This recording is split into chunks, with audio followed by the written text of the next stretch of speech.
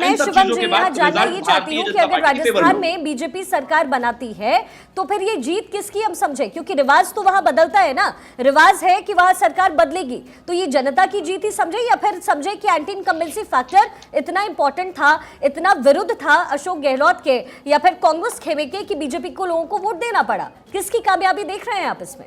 देखिए, एक चीज बहुत प्रैक्टिकल है और ये तो पूरा देश मानता है कि जिस तरीके से मेरे देश के प्रधानमंत्री की छवि है, जिस तरीके की उनकी अप्रूवल रेटिंग्स हैं, जिस तरीके का उनका एक चुनावी इंपैक्ट है, चाहे वो किसी भी राज्य में कहीं पर भी रहा हो, भारतीय जनता पार्टी को उसका फायदा मिलता है। जिस तरीके से उन्होंने लीड विद द फ्रंट किया और तमाम रैलियां ऑर्गेनाइज करने के बाद और जिस तरीके से जो है जनता उनको पसंद करती है, प्यार करती है, उसका फैक्टर हमेशा कहीं ना कहीं भारतीय जनता पार्टी को जो है मिलता है और आगे भी मिलता ही रहेगा। लेकिन विषय यहां पर इतना जरूर है कि हाँ, जिस तरीके का कुशासन रहा, खास तौर पर जिस तरीके से 12 से ज्यादा पेपर लीक के विषय रहे, जिस तरीके से सांप्रदायिक हिंसा रही, जिस तरीके से महिलाओं के प्रति अत्याचार रहा, जिस तरीके से आपस में लड़ाई रही, जिस तरीके से खुद की महिला विधायक भी कांग्रेस की आकर ये कहने को मजबूर हो गई तो कि यहां पर हमारी ही कोई नहीं सुनता, हमारी ही एफआईआर नहीं ली जाती, तो बाकी का क्या होगा? महिला वोटर एक बहुत बड़ा फैक्टर है। जब एक मंत्री जो है और शिवम जी, महिला वोट जो बड़ा फैक्टर है, इससे तमाम पार्टियों ने इस फैक्टर को भी साधने की खूब कोशिश की है और अदिति भी इससे इत्तेफाक रखेंगी। लेकिन इसी बीच राजस्थान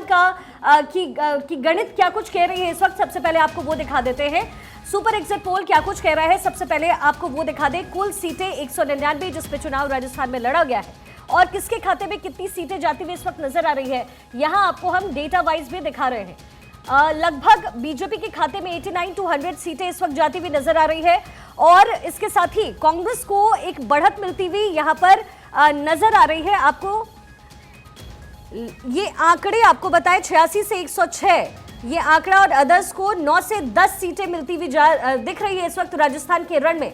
लेकिन राजस्थान के रण में जीत किसकी होगी ये देखना बहुत दिलचस्प होगा, क्योंकि न्यूज 18 की अगर बात करें, जो सर्वे आया बीजेपी को कितने वोट प्रतिशत मिले, कितनी सीटें मिल सकती है, क्या उम्मीदें हैं, इस वक्त ये आंकड़ों के जरिए हम आपको दिखा रहे हैं। बीजेपी के खाते में एक बढ़त मिलती हुई वहां पर भी नजर आ रही है। आपको तस्वीरों के जरिए भी हम दिखा रहे हैं, डेटा वाइज भी हम एनालाइज करने की कोशिश कर रहे हैं। और देखिए, मध्य प्रदेश हो, राजस्थान हो, मिजोरम हो, तेलंगाना हो या फिर हो छत्तीसगढ़, जीत उसके सिर ही सजेगा जो काम करता रहा है। राजस्थान में क्या कुछ डेटा कह रहा है, क्या कुछ एनालिसिस निकल करके सामने आ रहा है। बीजेपी की सरकार बनती हुई राजस्थान में इस वक्त नजर आ रही है। दीपक झा, कांग्रेस प्रवक्ता, इस वक्त हमारे साथ बने हुए हैं और ये डेटा आपके टेलीविजन स्क्रीन पर इसलिए भी हम दिखा रहे हैं क्योंकि ये एग्जिट पोल के अलग अलग आंकड़े हैं जो हम दिखाने की कोशिश कर रहे हैं। बीजेपी के खाते में तकरीबन 100 सीटें, 100 से 120, 110 सीटें माफ कीजिएगा जाती हुई दिख रही है। कांग्रेस के खाते में 90 से 100 और अन्य के खाते में 5 से 15, कुल 199 सीटों पर राजस्थान में चुनाव लड़ा गया और ये आंकड़े कह रहे हैं कि बीजेपी वहां पर जीत दर्ज कर सकती है। लेकिन फिर भी कांटे की टक्कर है क्योंकि अलग अलग चैनल्स के अलग अलग एग्जिट पोल हैं और भारत 24 का एग्जिट पोल क्या कुछ कह रहा है आपको हम इन आंकड़ों में दिखा रहे हैं। देखिए, एक टाई की स्थिति भी हो सकती है क्योंकि फिफ्थ अगर आप 60-40 का रेशियो लेकर के चले दीपक जी, तो कांग्रेस अगर पिछड़ रही है, राजस्थान की ही अगर हम सिर्फ बात करें, क्योंकि अगर तेलंगाना में कांग्रेस की सरकार बन रही है तो आपके लिए बहुत बड़ी जीत है, लेकिन राजस्थान का रण साधने की कोशिश अशोक गहलोत कर रहे थे, सचिन पायलट की तरफ से लगातार किया जा रहा था। ऐसे में अगर राजस्थान की कमान हाथ से जाती है तो फिर 2024 के लिए आपको भी सोचना पड़ जाएगा। देखिए, नतीजे अब आने को है, 3 तारीख को है। ये आप लोगों की मेहनत है, पत्रकारों की मेहनत है, इसमें बहुत मेहनत लगाते हैं एग्जिट पोल इस कदर सटीकता के पहुंचने के लिए। तो देखिए, उम्मीद है और भरोसा है जनता का कि जनता ने उस सरकार को चुना है जिसने 5 साल काम कर लिया है। भाजपा के पास आज भी मुद्दे नहीं है जो बैठ के यहाँ पे सचिन पायलट और अशोक गहलोत के बीच में रोने लड़ाई की बात कर रही है। और उस कहते ना, कौवा आता है और चमगादड़ आता है और क्या बोलते हैं, गिद्ध आता है। तो भाजपा वो गिद्ध रूपी पार्टी है जो कि दूसरे के घर में ताक झाक करती है। और देखिए दीपक जी, आप कह रहे थे कांग्रेस की परफॉर्मेंस की हम बात कर रहे थे, कई तरह के इल्जाम लगते रहे भूपेश सरकार पर, लेकिन आंकड़ों में यही बात निकल करके आई कि कांग्रेस जो है सरकार दोबारा बना सकती है। लेकिन एंटी इनकम्बेंसी फैक्टर बघेल के खिलाफ भी बहुत ज्यादा था क्योंकि जो आरोप प्रत्यारोप बीजेपी की तरफ से लगाए गए, बावजूद इसके कांग्रेस राज्यों में अच्छा प्रदर्शन कर रही है। वजह क्या है? इसी बीच तो देखिए कैसे रन को साधने की कोशिश हर एक पार्टी लगातार कर रही है। पटवारी को इस वक्त हम सुन रहे थे और उन्होंने भी जीत का आश्वासन कहीं ना कहीं इस वक्त दिखाया। हमारे साथ 3 और खास मेहमान इस वक्त जुड़े हुए हैं। मनीष गुप्ता, संपादक पत्रिका, हमारे साथ जुड़े हुए हैं। विश्वेश ठाकरे हमारे साथ इस वक्त जुड़े हुए हैं, रेजिडेंट एडिटर हैं आप दैनिक भास्कर के। और Mrigendra Singh, editor in chief है राज एक्सप्रेस के। तो देखिए मनीष जी, सबसे पहले मैं समझना ये चाहूंगी कि छत्तीसगढ़ के रन में क्या कुछ फैक्टर कांग्रेस के लिए काम करता हुआ नजर आया? यही सवाल मैंने कांग्रेस के प्रवक्ता से भी पूछा था कि बावजूद इसके कि बघेल के खिलाफ कहीं ना कहीं एंटी इनकम्बेंसी फैक्टर छत्तीसगढ़ में काम कर रहा था, लेकिन वो कौन सा फैक्टर है जो करिश्माई जादू की तरह कांग्रेस के लिए काम आ रहा है छत्तीसगढ़ में?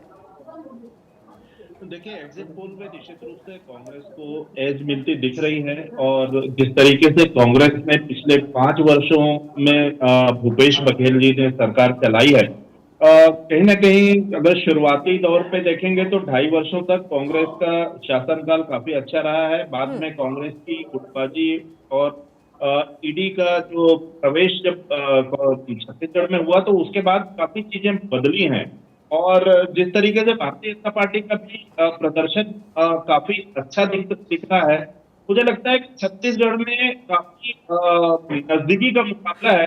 अभी भी मेरा ऐसा मानना है कि लगभग 15 से 20 सीटें ऐसी हैं जो बहुत क्लोज कॉन्टेस्ट में हैं, जिनमें कोई भी जीत सकता है, हार सकता है।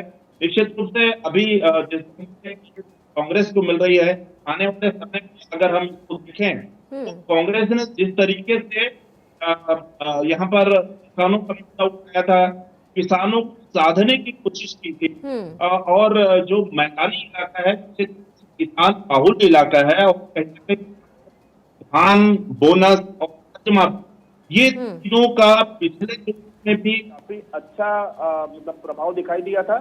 लेकिन जो आदिवासी इलाका है, जो खासकर बस्तर और सरगुजा की अगर हम बात करें, मुझे लगता है यहाँ पर धान और धान का जो प्रभाव काफी कम रहा है और कर्ज माफी का भी कुछ प्रभाव जरूर दिखाई दिया है। और अगर कांग्रेस सरकार में आती है तो मुझे लगता है कि ये दोनों फैक्टर कहीं ना कहीं काफी कारगर साबित होंगे और ये बीजेपी के लिए जो है, बीजेपी ने काफी लेट अपना घोषणा पत्र जारी किया और जिस ढंग से बीजेपी पहले मना करती थी कि हम धान की कीमत नहीं बढ़ाएंगे, अंततोगत्वा बीजेपी को इस बार जो है धान की कीमत बढ़ानी पड़ी अपने घोषणा पत्र में। और साथ में लेकिन सर ये भी तो एक फैक्टर है ना, एक्चुअली छत्तीसगढ़ क्या 5 राज्यों का अगर आप घोषणा पत्र देखेंगे तो आदित्य आप भी इत्तेफाक रखेंगे और आप अपनी टिप्पणी जरूर दीजिए कि वेट किया जा रहा था कि पहले बीजेपी घोषणा पत्र लेकर आएगी, फिर हम 5 रुपए और बढ़ा देंगे, 100 रुपए और बढ़ा देंगे। कहीं ना कहीं इस फैक्टर को भी बुनाने की कोशिश दोनों ही पार्टियां करती रही है। तो छत्तीसगढ़ में किसानों का फैक्टर तो सबसे स्ट्रांग था, जो कहीं ना कहीं बघेल सरकार के फेवर में जा रहा था। लेकिन एक और चुनावी मुद्दा और चुनावी वादों के साथ सबसे बड़ा फैक्टर बीजेपी के लिए ये रहा है कि चेहरा कौन। क्या आपको लगता है कि छत्तीसगढ़ में इसकी कमी नजर आई बीजेपी को लेकर? देखिए, अगर बहुत क्लियरली बात करें, इत्तेफाक शायद रखें ना रखें बीजेपी के प्रवक्ता, लेकिन मुद्दा यह है कि एक होता है राष्ट्र राजनीति में आप किस तरीके से चुनाव प्रचार करते हैं, जो कि भारतीय जनता पार्टी का कोई कम्पीट कर ही नहीं सकता। मैं तेलंगाना गई थी, उसका भी जिक्र आपसे करूंगी, लेकिन ये देखा गया इस चुनाव में बहुत क्लोजली, क्योंकि मैं 5 राज्य गई, उससे पहले मैं कर्नाटक गई। कहीं ना कहीं जो रीजनल की राजनीति है, स्टेट्स की राजनीति, उसमें भारतीय जनता पार्टी को, भले ही भारतीय जनता पार्टी आधे से ज्यादा राज्यों में जीते, लेकिन फिर भी रीजन की राजनीति, स्टेट्स की राजनीति में तब्दील, पैटर्न में तब्दील करनी पड़ेगी, यानी रणनीति में बदलाव करना पड़ेगा। छत्तीसगढ़ में क्या हुआ, वहां के ओम माथुर राजस्थान से आते हैं, वहां के प्रभारी थे, बार बार उनसे जिक्र हुआ, उनके पास चुनौती थी चेहरे ना होने की। जब शुरुआत में ये तय किया गया कि रमन सिंह जी को नहीं चेहरा बनाया जाएगा, लेकिन उसके बावजूद भी चेहरा नहीं था, संगठन नहीं था, वहां पर जो प्रभावी कास्ट है उनका चेहरा नहीं था, इसीलिए पूरी रणनीति में तब्दील की गई शिक्षा। और तब्दील ये किया गया कि वहां पर पुराने चेहरों को, पुराने मंत्रियों को, सिटिंग एमएलएस को टिकट दी गई, वरना शुरुआत ये की गई थी कि एकदम नया चेहरा हो। आपको रोकते हुए एबीपी सी वोटर का भी सर्वे सामने आ चुका है। राजस्थान में बीजेपी की सरकार बनती हुई सी वोटर के मुताबिक इस वक्त नजर आ रही है। एबीपी सी वोटर का सर्वे, राजस्थान में बीजेपी को बढ़त का अनुमान एबीपी सी वोटर के मुताबिक इस वक्त दिखाया जा रहा है। देखिए अदिति, एनालिसिस अगर करते जाइए, अलग अलग सर्वेज हैं, कुल मिलाकर के बात यही निकल करके आ रही है कि बीजेपी सरकार राजस्थान में बनाएगी।